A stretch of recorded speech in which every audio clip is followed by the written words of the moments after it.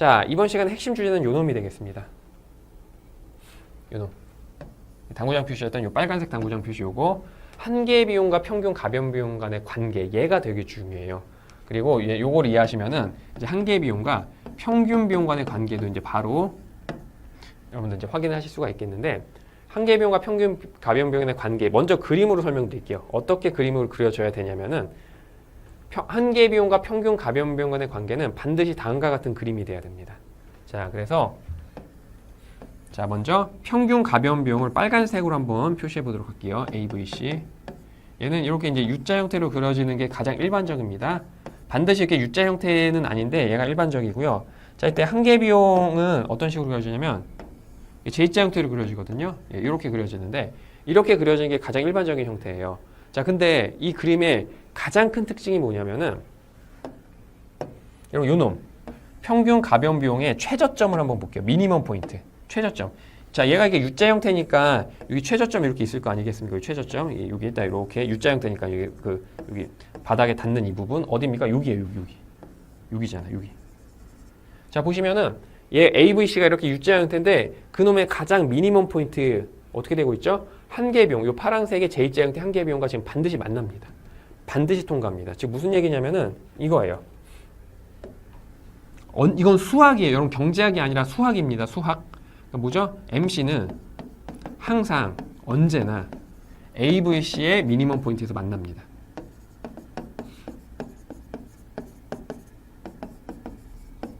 통과. 여러분 얘도 시험 문제 되게 자주 나와요. 테스트에서 자주 나오는 유형이기 때문에 꼭 일단 먼저 암기를 해주셔야 됩니다.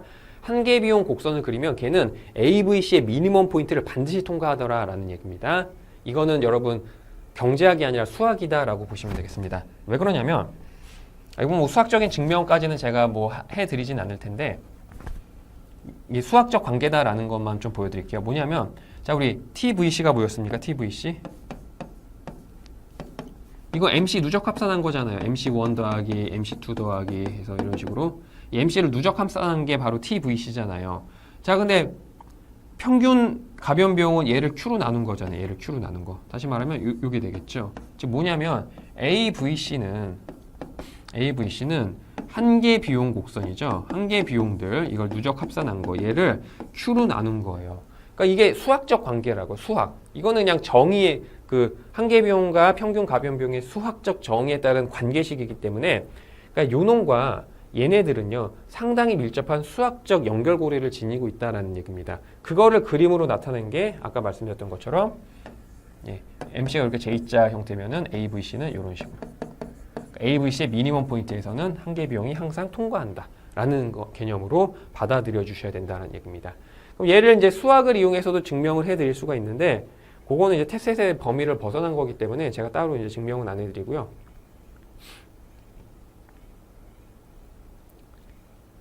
그냥 여러분 좀 이해하시기 편하게 여기 교재에서 예시적인 비유적 설명을 제가 했기 때문에 그것만 한번 보여드리고 넘어가도록 하겠습니다.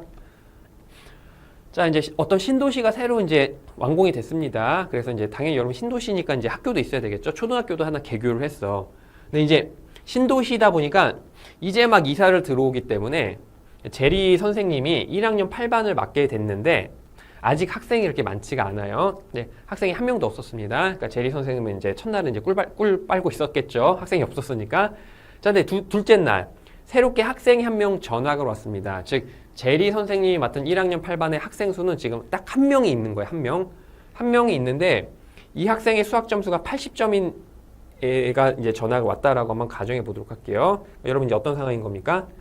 첫날 학생이 이 학생을 N이라고 할게요. N이 첫날 학생이 딱 한 명 전학 왔는데 그 학생의 수학 점수가 몇 점이냐면은 80점인 애가 전학을 온 겁니다. 자, 그럼 그 반의 수학 총점 얼마죠? 여러분 수학 총점? 당연히 80점이 되겠죠? 학생이 한 명이잖아요. 그럼 걔 점수가 그 반의 수학 총점이에요. 그럼 그 반의 반평균 수학 점수, 평균 점수 몇 점이 되겠습니까? 평균 점수? 당연히 80점이 되겠죠. 이거 당연한 얘기 아니겠습니까? 자, 근데 이제 셋째 날이 됐습니다. 셋째 날에 두 번째 학생이 전화가 왔어. 두 번째 학생이 전화가 왔는데 이 두 번째 학생의 수학 점수는 70점인 애가 전학을 왔어요. 자, 70점인 애가 전학을 왔죠. 그러면 이제 학생 수는 여러분 2반에 2명이 된 겁니다. 첫 번째 학생, 두 번째 학생이 왔으니까 2반의 총 학생 수는 2명인데 그럼 이 반의 수학 총점은 몇 점이죠? 2개 더 하시면 되겠죠? 예, 150점이 되겠습니다. 그럼 이때 반 평균 점수 몇 점이 됩니까? 예, 75점이 되겠죠? 이렇게 되네요. 뭐 이거를 생각하시면 돼요. 자, 근데 또 다음 날 또 세 번째 학생이 전화하고 왔어. 이 세 번째 전학 온 학생의 수학 점수는 몇 점이냐면은 예, 60점이 전학을 왔습니다. 60점. 얘가 이제 60점이 내가 전학을 왔어요. 그럼 여러분 이때 반 수학 총점 몇 점이 되죠? 자, 210점이 되면서 반 평균은 예, 70점으로 이렇게 떨어지게 되는구나라고 이제 보시면 될 것 같습니다. 예, 되게 뻔한 얘기하고 있지 않습니까? 예, 뻔한 얘기예요. 뭐 이런 게 수학이지. 수학은 항상 뻔하니까. 즉 여러분 요거 잠깐 볼게요. 이게 전학생이 첫날 전학 왔어. 그러니까 수학 점수 80점, 반 토탈 점수 예, 80점, 그 다음에 에버리지 평균 점수 얼마죠? 80점 이렇게 왔어요. 자, 요 관계도 한번 보도록 할게요. 두 번째가 전화가 왔는데, 자, 지금 현재 반평균은 여러분 80점이에요. 80점이 내가 전학을 왔는데, 두 번째 전학 온 애 점수는 70점이야. 여러분, 이거 너무 뻔하지 않습니까? 지금 반평균보다 낮은 애가 전학을 왔어. 그럼 여러분 반평균 어떻게 됩니까? 반평균은 80인데, 반평균이 80보다 낮은 애가 전학을 왔어요. 그럼 반평균 어떻게 됩니까? 당연히 낮아지겠죠? 어떻게? 예, 75점으로 낮아졌구나라는 걸 볼 수가 있겠습니다. 자, 근데 세 번째 학생이 전학 왔는데 지금 현재 반평균은 75점인데 반평균보다 낮은 애가 전학을 왔어. 그럼 여전히 여러분들 반평균이 낮아지는구나라는 걸 볼 수가 있겠습니다. 그래서 어떻게 되죠? 얘가 70으로. 이거 생각하시면 됩니다. 반평균보다 낮은 애가 전학 오면 반평균 떨어지는 거예요. 반대로 여러분들 반평균보다 높은 애가 전학 오면은 반평균은 어떻게 됩니까? 올라가게 되겠죠. 그거를 여러분들 꼭 염두를 해두시기 바라겠습니다. 그걸 이제 머릿속에 좀 각인을 시켜주시고. 자, 근데 이거잖아요. 자, AVC는 뭐라고요? AVC는 자, MC를 누적 합산합니다. MC1, MC2, MC3를 이렇게 누적 합산하신 다음에 걔를 생산량으로 나눠주면 되거든요. 근데 여러분 얘랑 너무 똑같지 않습니까? 이 관계랑. 자, 보시는 것처럼 자, 우리 전학생의 수학 점수를 MC라고 한번 해볼게요. 전학생의 수학 점수를 MC라고 할게요. 첫날 점수 얼마죠? 80점. 둘째 날 전학 온의 점수 얼마? 70점. 셋째 날 전학 온의 점수 몇 점이었죠? 60점 이렇게. 그래서 이게 얼마죠? TVC가 됩니다. TVC. 즉 3명이 전학 왔을 때 반 전체 점수는 210점이잖아요. 자, 근데 여기서 Q가 뭐죠? 바로 학생들의 수입니다. 얘를 Q로 나눠주시면 뭐가 되죠? 그게 바로 AVC가 되는 거죠. 이런 식으로. 이 관계예요. 다시 말씀드리면 전학생의 수학 점수가 MC고요. 반 수학 총점이 TVC 총 가변 비용이고 반평균 수학 점수가 AVC다라는 겁니다. 이런 식으로 이렇게 좀 대응이 되잖아요. 그럼 이제 여러분들 이 그림이 이해가 되실 겁니다. 이 그림이 이제는 이해가 되실 거예요. 뭐 여기 표로도 있는데 표는 그냥 한번 읽어보시고요. 그림 설명 제가 좀 드리도록 할게요. 이제 이런 게 이해가 되실 겁니다. 자, 이제 이 반에 제리 선생님이 맡은 1학년 8반에 학생들이 이제 계속 전학을 올 거예요. 전학 온 애가 보시는 것처럼 80점인 애가 전학 오고 70점, 60점 이렇게 낮은 애가 전학을 오다가 이런 식으로 전학생의 점수가 이런 애들이 이제 올 거다. 그러니까 전학생의 점수가 이렇게 이제 J자 형태를 그리는 애들이 전학을 오게 될 거다라고 보시면 되겠습니다. 그래서 좀 알아 편하게 점도 이렇게 찍어볼게요.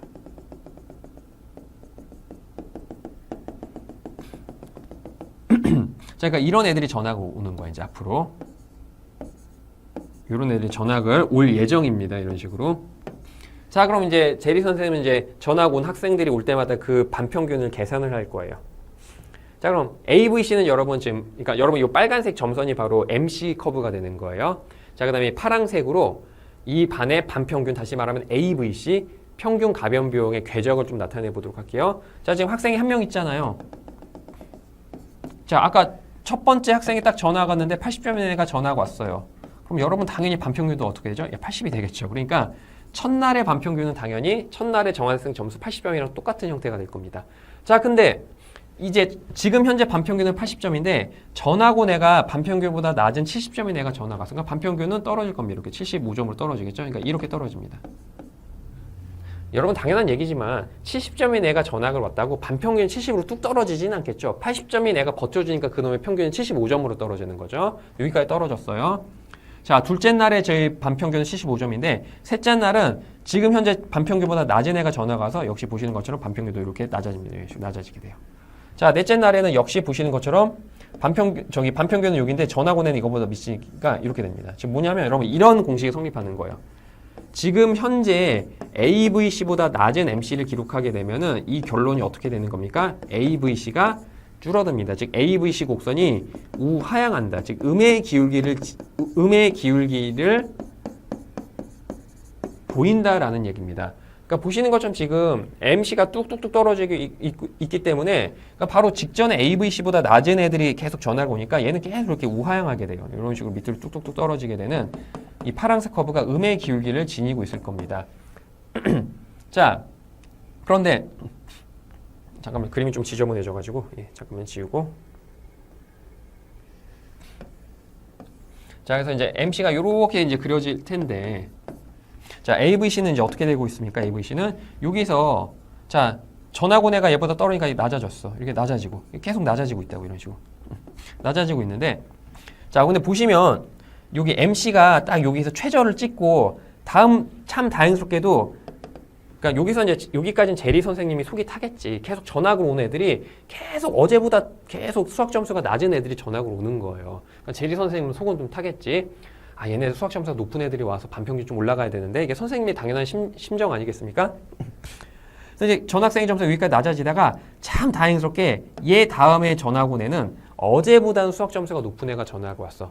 보세요. 어제보다는 수학 점수가 높은 애가 전학을 왔는데 하지만 안타깝게도 여전히 반평균보다 밑에 있는 애가 전학을 온 거예요. 그러니까 아직까지는 반평균이 계속 낮아집니다. 이런 식으로. 다음날 전학 온 애도 어제보다는 점수가 높은데 아직은 반평균보다 낮은 애가 전학을 왔기 때문에 보신 것처럼 계속 이렇게 점수는 계속 이렇게 낮아진다는 얘기입니다. 그러니까 여러분 여기서 조심하실 게 MC 커브가 우하향했다가 상승 반전했다고 하더라도 그러니까 여러분 얘가 이게 음의 기울기를 지니다가 이렇게 양의 기울기로 반전을 했다고, 그러니까 양의 기울기가 됐다고 AVC도 다시 양의 기울기로 반전하는 건 아닙니다. 딱 보세요. 얘가 지금 요 구간에서는요. 자, 이 빨간색 MC가 음의 기울기에서 양의 기울기로 반전이 됐지만 보세요. AVC는 계속 음의 기울기예요. 계속 반평균보다 낮은 애들이 전화가 오고 있잖아. 그래서 물론 이렇게 떨어진 속도는 좀 둔화되고 있습니다만 보시면 파란색의 AVC는 계속 이렇게 낮아지고 있습니다. 자, 근데 참 다행스럽게도 이날 반평균과 똑같은 애가 점수가 와가지고 이제 AVC의 하락이 멈췄습니다. 참 다행이죠. 근데 이거를 기점으로 해서 다음날 됐어. 다음날 전학 온 애는요 반평균보다 높은 애가 전학 옵니다. 어떻게 되죠? 드디어 AVC가 드디어 상승 반전, 양의 기울기로 반전하게 됩니다. 그러니까 올라가게 됩니다. 그리고 그 다음날에 전학 온 애는 더 높은 점수, 그러니까 얘가 올라가죠. 그 다음날에 전학 온 애는 더 높은 점수, 이렇게 됩니다. 그래서 얘가 이런 형태로 그려지게 되는 거예요. 이런 형태로. 이렇게 그려지는 수학적인 관계를 확인할 수가 있겠습니다. 그래서 얘를 이제 정리하자면 다음과 같은 관계식이 성립하게 되는 거죠. 자, MC가 AVC보다 밑에 위치하게 되면 어떻게 됩니까? AVC는 음의 기울기를 지닙니다. 떨어지게 돼요. 반대로 MC가 AVC보다 높게 위치하게 되면 어떻게 되죠? AVC는 양의 기울기, 즉 상승 반전하게 되더라라는 얘기입니다.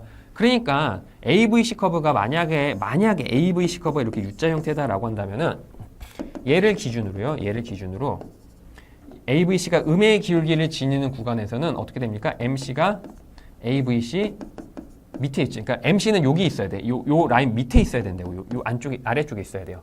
그리고 여러분들 여기 AVC가 양의 기울기로 반전되는 이쪽 구간부터는 어떤 일이 벌어지는 겁니까? MC가 얘 AVC 위에 위치하고 있어야 된다고요. 그러니까 여러분 MC는 어떻게 됩니까? 이쪽 구간에서는 이 빨간색 라인 밑에 있어야 되고요. 여러분 이쪽 구간에서 빨간색 라인 위에 있어야 돼. 이거를 모두 만족하는 MC를 그리려면 MC는 당연히 이렇게 그려질 수밖에 없습니다. 그렇죠? 이렇게 여기에서 딱 얘를 크로스하면서 올라가 줘야 돼. 교차하면서 올라가 줘야 되는 거예요. 그래야지 여러분 이 공식이 지금 딱 성립하고 있지 않습니까? 그러니까 이러한 부등식이 성립하기 위한 유일한 그림은 AVC가 만약에 이렇게 U자 형태다라고 한다면은 그놈의 미니멈 포인트를 MC가 이렇게 크로스 해주면서 올라가 줘야 되는 겁니다. 그래서 아까 말씀드렸다시피 AVC 커브의 미니멈 포인트는 이렇게 MC가 반드시 크로스 해줘야 돼요. 교차해주면서 통과를 해줘야 된다라는 얘기입니다. 요거를 여러분들 이제 잘 정리를 해주셔야 되는 거예요.